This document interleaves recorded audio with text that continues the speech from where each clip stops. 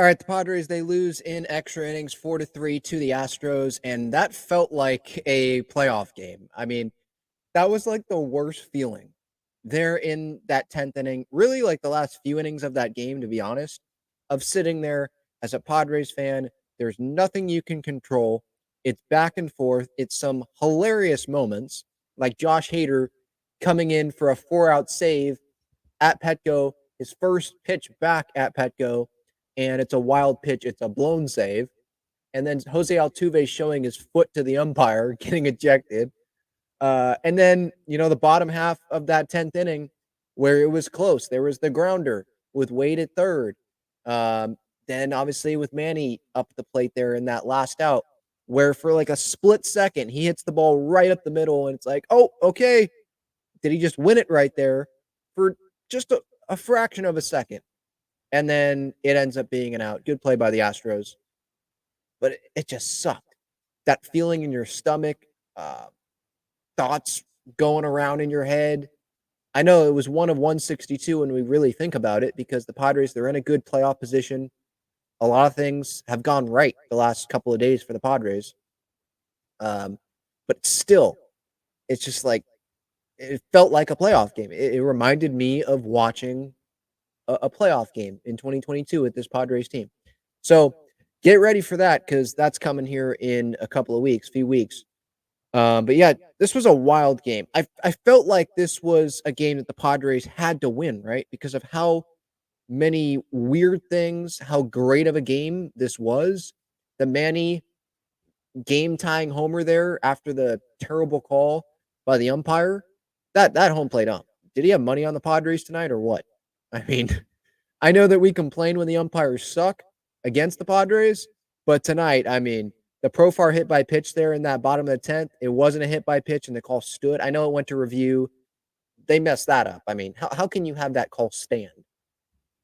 And then the Jose Altuve foul ball, which wasn't called a foul ball, and it was called just a ground out to Manny. The bad strike calls that went the Astros' way. I mean, it felt like, okay, yeah, Padres, they got to win this game, right, with everything that's happening. Unfortunately, that wasn't the case, but I guess if there's a glass half full perspective from tonight, it's that the Dodgers lost and they're not looking great. They lost to the Marlins by a score of 11-9, so they scored a bunch of runs, but the pitching has been an issue for them. And then the Atlanta Braves lost tonight. I believe the D-backs lost as well. Yep, they lost to the Rockies, so bad teams beating teams that the Padres are close to there in the standings. So at least there's that. And that this was a regular season game, and it wasn't a postseason game. But we start off there, top of the fourth. Singleton with a bloop. I'm not mad at Michael King. He pitched pretty darn good tonight. A bloop double there. That made it 1-0. Then it's 2-0 on the Pena ground out. And bottom six, though, Manny with that homer. Again, terrible call by the home plate umpire earlier in that at-bat. Calls it a strike when it should have been, I think, ball 4.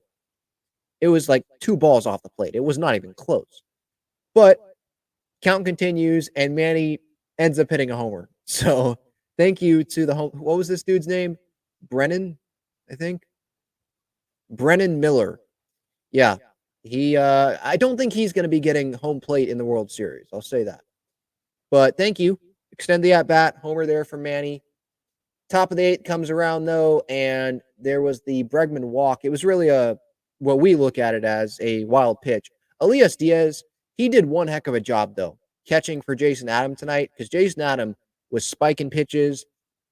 It didn't seem like he really knew where that ball was going with that breaking ball. He did all he could.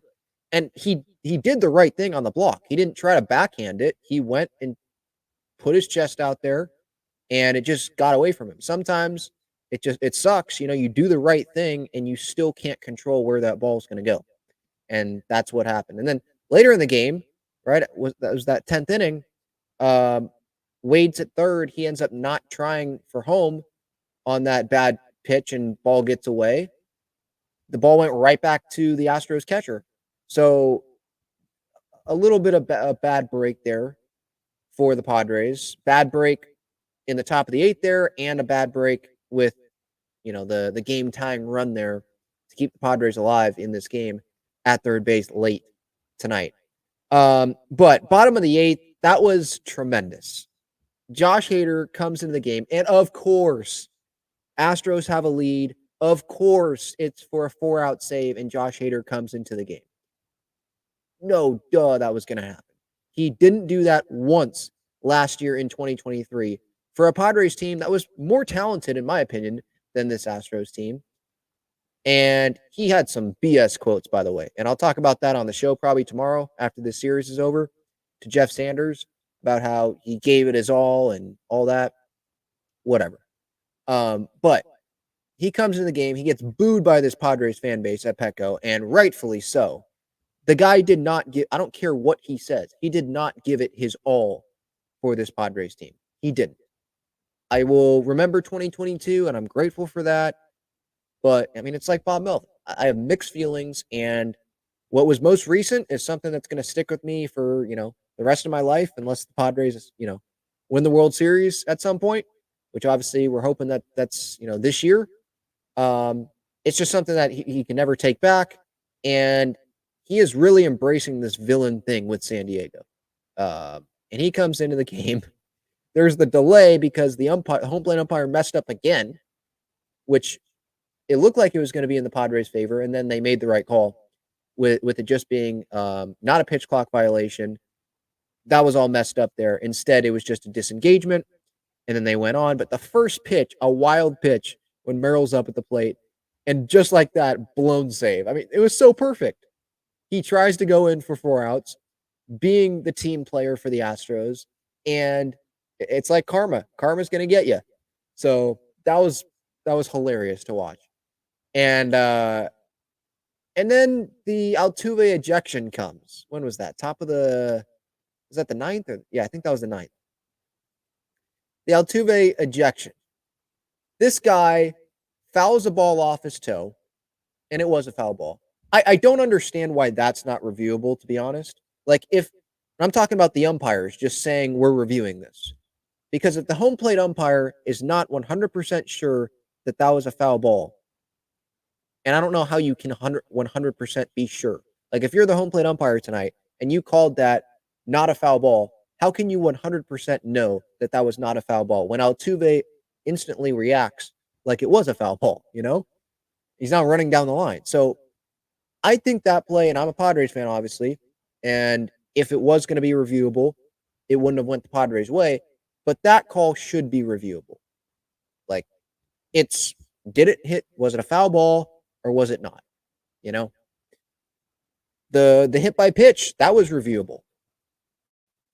Now, I think, no, scratch that, never mind. But I was going to say something, but it wasn't going to be true.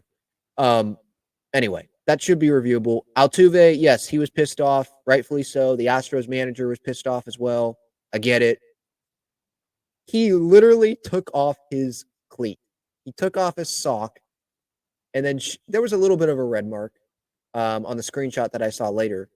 But I initially, I guess I was just surprised that he took it off. I was like, what the heck? So he takes off his shoe, his sock immediately, but then doesn't want his teammates to take off his jersey after hitting a walk-off home run in the playoffs.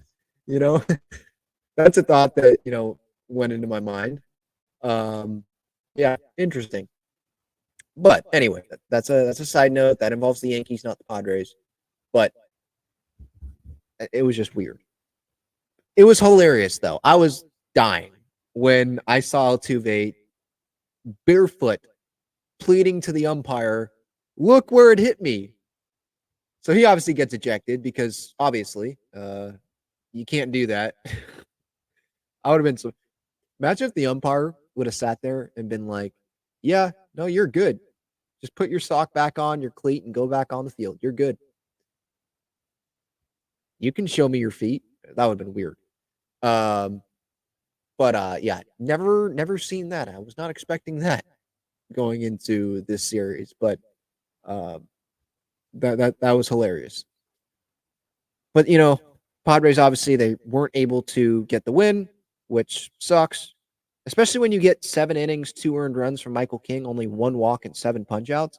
He's making a really strong case to be starting one of those 3 games in the wild card series. But who are you gonna take out? I'm not taking out Joe Musgrove. That's not happening. My season on the line, I'm pitching Joe in one of those games. Dylan Cease, Darvish, you know, he obviously is just coming off of a good start, his best start since coming off. It's gonna be tough. Maybe it's because Michael King has that bullpen experience that they go with the 3 starters. They go with the vets that have been here, Musgrove, Darvish, and then they go with Cease. I mean, you acquired Dylan Cease to pitch in a big game, to start in a big game like that, right? So maybe that's why Michael King doesn't end up starting. And I have a hard time believing that he wouldn't be on the roster, though.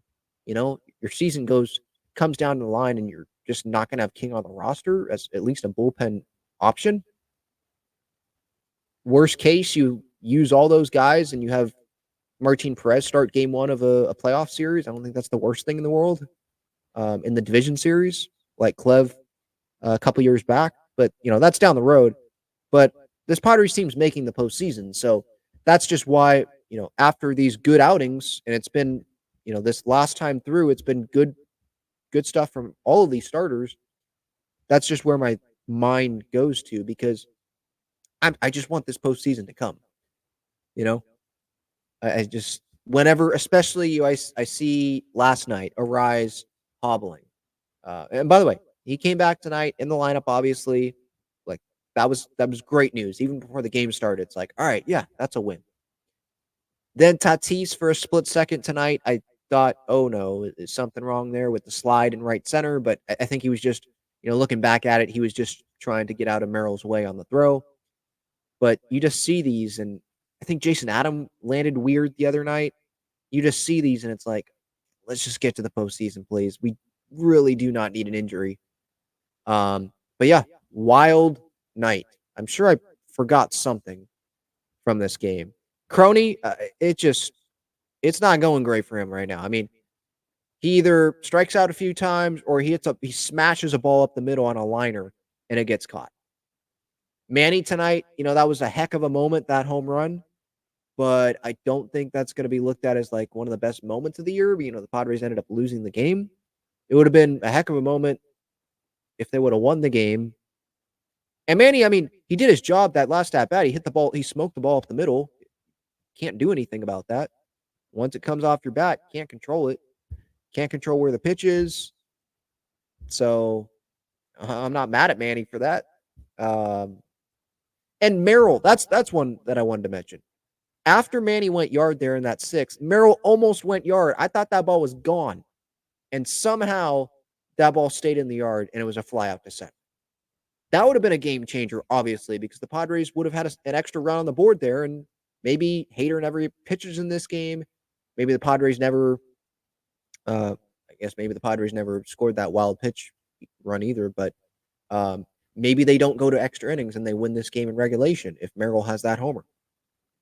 It just, that was a sucky way to lose that game. Some of the uncontrollables not going the Padres' way, and there were some big moments that went the Padres' way, and it was freaking exciting.